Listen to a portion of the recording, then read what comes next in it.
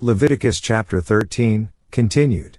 Theme: Diagnosis of leprosy, disposal of lepers' garments. Diagnosis of leprosy from a boil or a burn. The flesh also, in which, even in the skin thereof, was a boil, and is healed, and in the place of the boil there be a white rising, or a bright spot, white, and somewhat reddish, and it be showed to the priest, and if, when the priest seeth it, behold, it be in sight lower than the skin, and the hair thereof be turned white, the priest shall pronounce him unclean. It is a plague of leprosy broken out of the boil. But if the priest look on it, and, behold, there be no white hairs therein, and if it be not lower than the skin, but be somewhat dark, then the priest shall shut him up 7 days, and if it spread much abroad in the skin, then the priest shall pronounce him unclean. It is a plague. But if the bright spot stay in his place, and spread not, it is a burning boil, and the priest shall pronounce him clean. Leviticus 13:18-23. These verses give the details of the inspection of a boil. It was to be inspected by the priest because of a possibility of leprosy beginning there. It is just like a small sore which may become cancerous. They followed the same process as in the new case of leprosy. If there were white hair in the boil and it penetrated lower than the skin, these indicated deep-seated trouble. The 7 days of inspection permitted the priest to determine which direction the boil would take. There is always the danger of old sins spreading and becoming malignant. Often a new convert speaks of deliverance from some evil habit, and then years later that old sore may break out again. It does happen. The person who has had such an experience may have been unsaved all along, or he may have been genuinely saved but the old flesh is reappearing. A careful inspection should be made and no cursory judgment is to be pronounced. Several years ago, a man who was an alcoholic accepted Christ as his Savior. Then he got sick and I went to visit him. I found out he wasn't really sick of anything. The place reeked of alcohol. He began to weep and said he'd slipped back.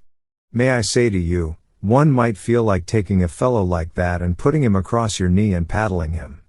But that wouldn't do a bit of good. We need to make an inspection and diagnose the leprosy. But we need to tell that man that his leprosy can be cured. He has a Savior. We are not to stand there and condemn him and scold him and then leave. That would make him feel bad and make me feel bad. No one would be helped. This man needed to know that he had a Savior who would forgive him. The Savior heals the leprosy that breaks out. Or if there be any flesh, in the skin whereof there is a hot burning, and the quick flesh that burneth have a white bright spot, somewhat reddish, or white, then the priest shall look upon it, and, behold, if the hair in the bright spot be turned white, and it be in sight deeper than the skin, it is a leprosy broken out of the burning, wherefore the priest shall pronounce him unclean. It is the plague of leprosy. But if the priest look on it, and, behold, there be no white hair in the bright spot, and it be no lower than the other skin, but be somewhat dark, then the priest shall shut him up 7 days, and the priest shall look upon him the 7th day, and if it be spread much abroad in the skin, then the priest shall pronounce him unclean. It is the plague of leprosy. And if the bright spot stay in his place, and spread not in the skin, but it be somewhat dark, it is a rising of the burning, and the priest shall pronounce him clean, for it is an inflammation of the burning. Leviticus 13:24-28. This describes a leprosy that comes from a hot burning. This hot burning is not a definite identification. It would be a burning from a hot object, or it might mean the burning of an infection that has fever in it.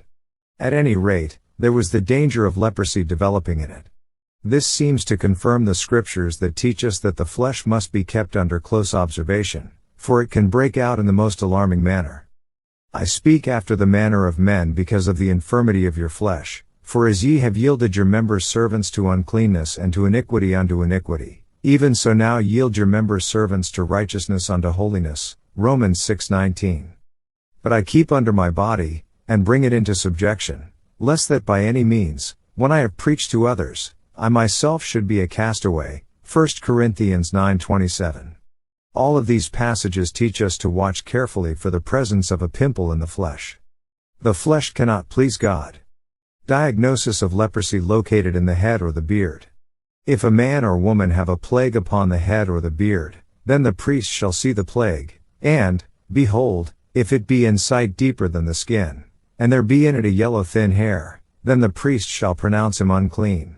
It is a dry scall, even a leprosy upon the head or beard. Leviticus 13:29-30. Leprosy could break out in the most unlikely spots. If it were hidden by the hair of the head or beard, it might not be discovered for some time. Special observation must be made of leprosy in these areas. The same techniques were applied here as to any other area to determine the presence of leprosy. A yellow hair indicated that the infection was beneath the epidermis and was leprosy. You know, sin sometimes insinuates itself into the chief places in the church, into a Sunday school teachers' meeting or a board meeting or a mission meeting. It enervates and vitiates the witness of the entire body of believers when there is sin at the head. Again, one must be careful in judging these things. There must be time to make a judgment. And if the priest look on the plague of the skull, and, behold, it be not in sight deeper than the skin, and that there is no black hair in it, then the priest shall shut up him that hath the plague of the skull 7 days, and in the 7th day the priest shall look on the plague, and, behold, if the skull spread not, and there be in it no yellow hair, and the skull be not in sight deeper than the skin, he shall be shaven, but the skull shall he not shave, and the priest shall shut up him that hath the skull 7 days more, and in the 7th day the priest shall look on the skull, and, behold, if the skull be not spread in the skin, nor be in sight deeper than the skin, then the priest shall pronounce him clean, and he shall wash his clothes, and be clean. But if the skull spread much in the skin after his cleansing, then the priest shall look on him, and, behold, if the skull be spread in the skin, the priest shall not seek for yellow hair, he is unclean. But if the skull be in his sight at a stay, and that there is black hair grown up therein, the skull is healed, he is clean, and the priest shall pronounce him clean. Leviticus 13:31-37. So these verses go on to show that it might not be leprosy. Here again time is taken before a judgment is made and the patient is put in quarantine for 7 days and then another period of 7 days if that is necessary. This should teach us that accusations against the leadership in God's work should be received with a great deal of caution. Careful investigation must be made before a decision is determined. The priest was given ample opportunity to observe the lesions. If the lesion spread later, the priest could still declare the man unclean. On the other hand, if black hair began to grow in the lesion, the priest shall pronounce the man clean. If a man also or a woman have in the skin of their flesh bright spots, even white bright spots, then the priest shall look, and, behold, if the bright spots in the skin of their flesh be darkish white, it is a freckled spot that groweth in the skin, he is clean. Leviticus 13:38-39. These verses point out that a freckle is not leprosy, and then the following verses show that baldness is not leprosy, although leprosy can break out in a bald spot. And the man whose hair is fallen off his head, he is bald, yet is he clean. And he that hath his hair fallen off from the part of his head toward his face, he is forehead bald, yet is he clean. And if there be in the bald head, or bald forehead, a white reddish sore, it is a leprosy sprung up in his bald head, or his bald forehead. Then the priest shall look upon it, and, behold, if the rising of the sore be white reddish in his bald head, or in his bald forehead, as the leprosy appeareth in the skin of the flesh, he is a leprous man, he is unclean. The priest shall pronounce him utterly unclean. His plague is in his head. Leviticus 13:40-44. Disposal of lepers' garments. And the leper in whom the plague is, his clothes shall be rent, and his head bare, and he shall put a covering upon his upper lip, and shall cry, unclean, unclean. Leviticus 13:45. The garments of a leper were to be torn. He was to cover his upper lip and go about crying, unclean, unclean. The condition of the leper is revealed in his awful state.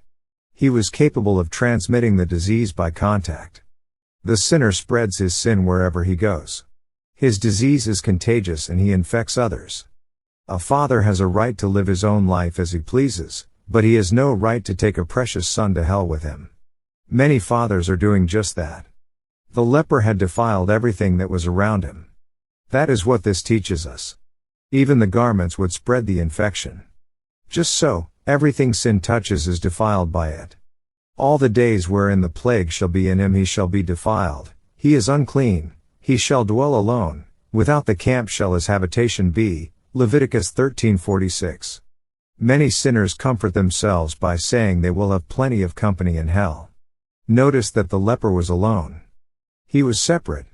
The garment also that the plague of leprosy is in, whether it be a woolen garment, or a linen garment, whether it be in the warp, or woof, of linen, or of woolen, whether in a skin, or in anything made of skin. And if the plague be greenish or reddish in the garment, or in the skin, either in the warp, or in the woof, or in anything of skin, it is a plague of leprosy, and shall be showed unto the priest, and the priest shall look upon the plague, and shut up it that hath the plague 7 days. And he shall look on the plague on the 7th day, if the plague be spread in the garment, either in the warp, or in the woof, or in a skin, or in any work that is made of skin, the plague is a fretting leprosy, it is unclean, he shall therefore burn that garment, whether warp or woof, in woolen or in linen, or anything of skin, wherein the plague is, for it is a fretting leprosy, it shall be burnt in the fire, and if the priest shall look, and, behold, the plague be not spread in the garment, either in the warp, or in the woof or in anything of skin, then the priest shall command that they wash the thing wherein the plague is, and he shall shut it up 7 days more, and the priest shall look on the plague, after that it is washed, and, behold, if the plague have not changed his color, and the plague be not spread, it is unclean, thou shalt burn it in the fire, it is fret inward, whether it be bare within or without. And if the priest look, and, behold, the plague be somewhat dark after the washing of it, then he shall rend it out of the garment, or out of the skin, or out of the warp, or out of the woof. And if it appear still in the garment, either in the warp, or in the woof, or in anything of skin, it is a spreading plague, thou shalt burn that wherein the plague is with fire. And the garment, either warp, or woof, or whatsoever thing of skin it be, which thou shalt wash, if the plague be departed from them, then it shall be washed the 2nd time, and shall be clean. This is the law of the plague of leprosy in a garment of woolen or linen, either in the warp, or woof, or anything of skins, to pronounce it clean, or to pronounce it unclean. Leviticus 13:47-59. This is an extended passage relative to the disposing of the garments. The quality of the garment made no difference. The best garments were just as infected as the cheap garments. There is a great lesson for us to learn through this. The righteousness of man is filthy rags in God's sight. Anything a sinner does or touches is contaminated by his sin. Even the garments of those with lesser infections were to be washed. This passage shows an amazing insight into the spread of infection. We are all as an unclean thing, and we, too, need washing. Only God has the remedy for the sinner.